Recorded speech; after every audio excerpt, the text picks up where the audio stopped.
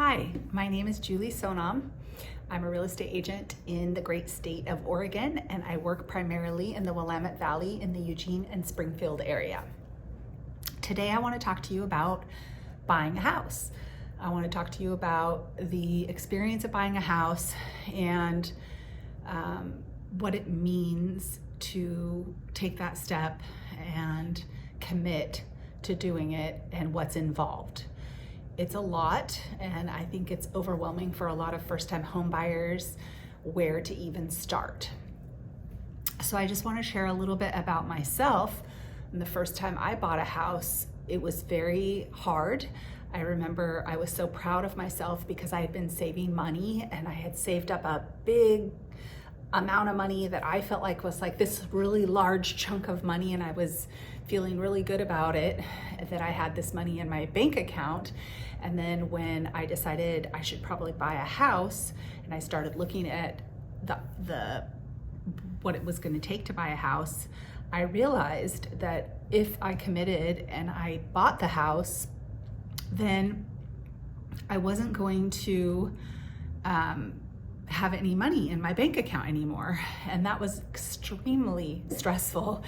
Just the peace of mind and the comfort that having money in my bank account gives me was very difficult for me to imagine giving up that money to buy a house. So yes, I know it's an asset, and yes, I knew it was mine, and yes, I knew that I was doing the right thing, but it was very difficult for me to go from having, I don't remember at this moment in time, but it was probably around $20,000 in my bank account to having $4,000 in my bank account. It was like this huge amount of money that I was letting go of. It felt like I was letting go of, even though it went into the house. So I think that's the biggest hurdle in the very beginning, is when a person works so hard to save up money to have their down payment, have their closing costs, or whatever expenses they're going to incur to buy that house. It's very difficult to let go of that money when it comes time to close on the house. So for starters, if you have someone who's willing to gift you the funds to get into a house, then that's amazing and you're lucky, and that's very fortunate. And in that case, then a person would just be focused on their closing costs. So when you buy a house and you decide you're going to buy a house, what you need is a down payment and your closing costs. Closing costs are negotiable. Sometimes you can get a seller to cover your closing costs. It can be part of your offer. So if they are, say there's a house for sale for $400,000 and you make an offer on it, you can write into the offer that you want the seller to cover your closing costs or cover a portion of your closing costs. So that can reduce the amount of money that you need to bring to the table. So there's different loan programs in Oregon. Actually, everywhere there's different loan programs. And oftentimes there are funds available for first-time home buyers. There's different programs. If you meet the different income restrictions or income requirements, depending on how you want to look at it, you might qualify for some state or federal assistance getting into a house. So it's definitely worth talking to a real estate agent, talking to a lender, or finding out, if you find a real estate agent that you like, finding out who their favorite lender is and having a conversation about what programs there are and what could possibly be available to you to help you get into a house. So I've seen people put 3% down, 5% down, 10% down, up, even more. I've even seen people put 50% down or 75% down. It's just going to depend on your scenario, but most first-time home buyers put less money down so that they can get their foot in the door. So if it was a $400,000 house and you were putting 5% down, that would be $20,000, and then you would need your closing costs. So if you're saving money to buy a house and your plan is to have the seller pay your closing costs, and you qualify for a $400,000 house, I think the time to start looking is when you have around $30,000. And I say that because when you bring that money to the closing table, you have to pay for your home inspection, which at this point in time is somewhere around $500. You have to pay for the appraisal, which at this point in time is somewhere around $700 to $800. And then you have to bring the money to the closing table for your down payment. And so when it's all said and done, you are going to want to have some money left over in your bank account so you don't feel really stressed out. The other thing that you need to keep in mind is when you write an offer on a house, you have to have 1% earnest money. So if the money to purchase the property is coming from someone else, or it's coming from a retirement account, or it's coming from some other location, you at least need to have your earnest money in your bank account accessible to you when you write the offer. So it's typically 1%. So if the house is for sale for $400,000, you'd be writing an earnest money check for $4,000. And that would go into your earnest money account, and it would go towards the amount of money that you need to bring to the closing table. Okay, so I want to talk to you a little bit about the pitfalls about buying a house and what stops people from buying a house. I think a lot of it is not looking at the big picture. So when I say looking at the big picture, I want to use general numbers to make it really easy to follow what I'm saying. I don't really learn very well with just talking, and so I'm going to do the best job I can to explain this in a way that hopefully makes sense. So let's say you're renting, and let's just say you have $30,000 in your bank account, or you have $20,000 in your bank account, and your parents said they would give you $10,000 towards your down payment, or some nice kind other person says that. And you're renting, and let's say your rent is $1,000 a month. Well, if you rent for, say, the next 3 years, then you're looking at $36,000 in rent that you paid. So that's $36,000 that's going to be paid, that's not yours. It's not going towards anything. It's just giving you a place to live. Now, if you buy a house, and let's just say it's $400,000, and let's say your mortgage payment is going to be $3,000. I'm not sure how much it would be. It's going to depend on how much money you put down on it and what the interest rate is at the time that you lock the loan. Right now, interest rates are at around 7%. So let's just say with principal, interest, taxes, and insurance, the payment's going to be around $3,000. Let's say you qualify for this, that you have a good job, or you have a partner, and you, between the two incomes, you qualify for that $3,000 a month payment. Then you have to look at that 3-year time period. For 3 years, you're going to be paying that mortgage, and all the money that you pay towards principal is going to be reducing the amount that you owe on that house. And let's just say housing prices don't continue to go up. Let's just say they go down. They haven't, but let's just say they go down. Let's say the housing prices go down. You still own the house, and you still have made payments towards the principal of the house. And what I can tell you for sure, without one doubt, is that if you can commit to living in the house, and you can commit to living in the house for a significant period of time, like 5 years, the chances are very high that you will come out much further ahead, because even in our area, when things don't appreciate very much, they're still appreciating. Like, let's just say it only goes up 2%.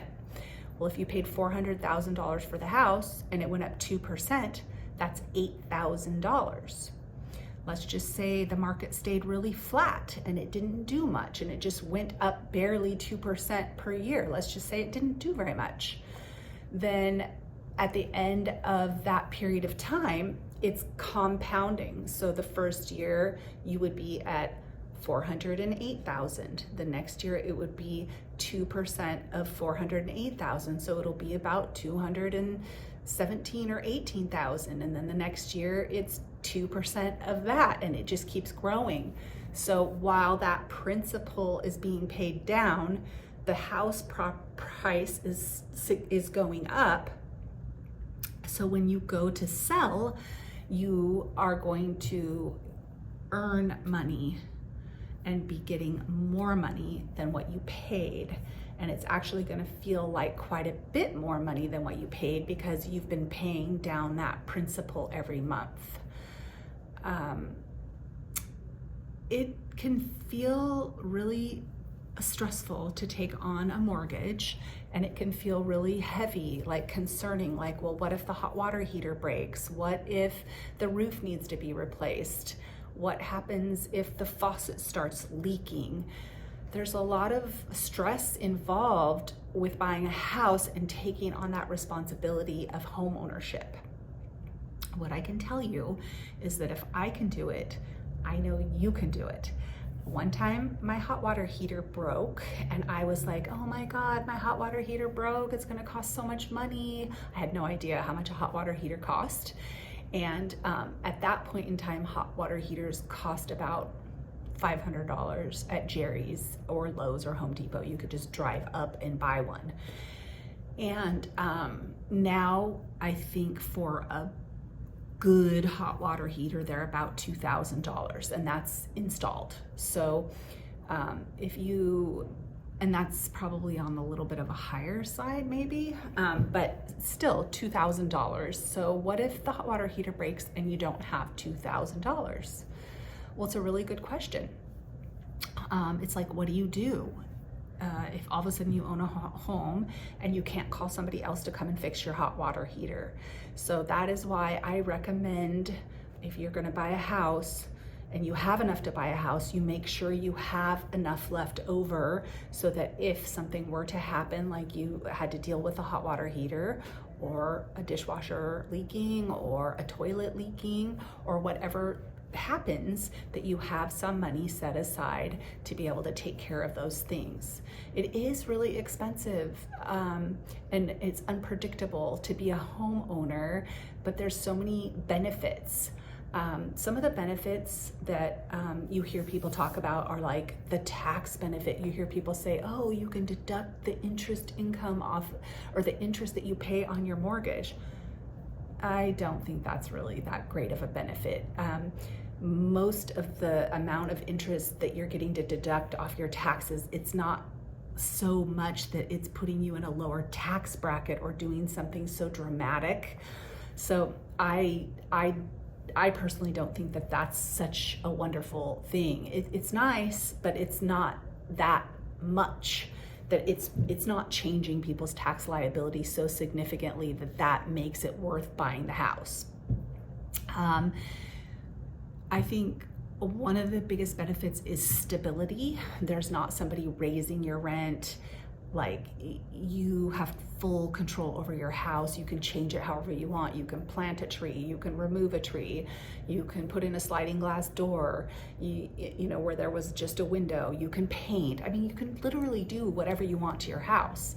What I often see is people get into their house and they have big ideas of how to change it or how to improve it, and they just get into their routine of life, go to work, come home, and they don't actually do those things. I am a perfect example of that. I said I didn't want carpet, I ripped it out, and I lived in my house for over 5 years with no carpet, but no, I didn't have any floor. I just had the subfloor.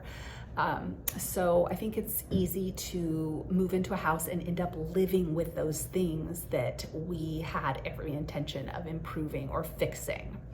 So my only other words of caution are, if you do decide to buy a house, and you're gonna buy a house in the Willamette Valley or in Oregon or anywhere for that matter, make sure that you do your annual maintenance. Keep up on your annual maintenance. And what I mean by that is, make sure the roof stays clean, make sure you put moss treatment on the roof, make sure you clean out the gutters. Anywhere that there's leaking water or drips, make sure that those get fixed. Most real estate agents have a list of vendors like handymen or contractors that do handyman type work. And what you can do is you can have, you can ask for them to come and give you an estimate on the deferred maintenance and what the deferred maintenance would cost. And here in our area right now, this is 2025, you can get a contractor handyman to come to your house for somewhere between $50 to $100. I mean, I know of one that's 55, I know of one that's 80, and I know one that's 100. So you can get a handyman to come to your house, and you can make a list of handyman items, and just know that every year you need a handyman contractor for 3 to 4 hours to come and do some maintenance items on your house.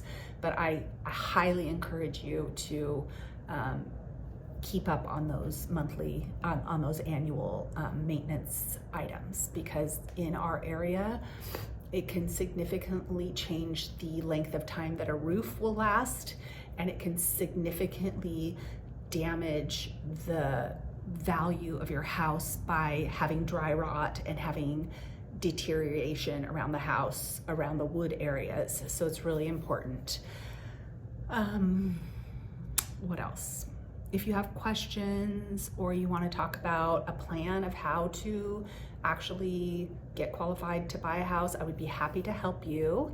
I have great lenders to choose from. Everybody knows good lenders. There's a lot of good lenders out there, and the lenders are really good at advising people on how to make sure they get their credit score as good as possible, because the better your credit score, the lower the interest rate is on your loan. So a credit score really can help you with buying power. The better your credit score, the stronger your buying power. So those are my words to share with you today. I feel like I've been talking for a really long time. I was 28 years old when I bought my first house. I felt like I was really far behind everybody else. I was just really nervous to do it. And like I said, I felt really stressed out about giving all of my money to somebody and not having any money left in my bank account. So I can really relate to that feeling. If you're thinking about buying a home, please call me. I'm happy to sit down with you and talk to you about what that would look like, and connect you with some lenders who can go over your credit and what a monthly payment would look like for you. Again, Julie Sonam, Hearthstone Real Estate, and please feel free to call me or text me anytime. I'm always happy to help. Thanks so much for watching my video.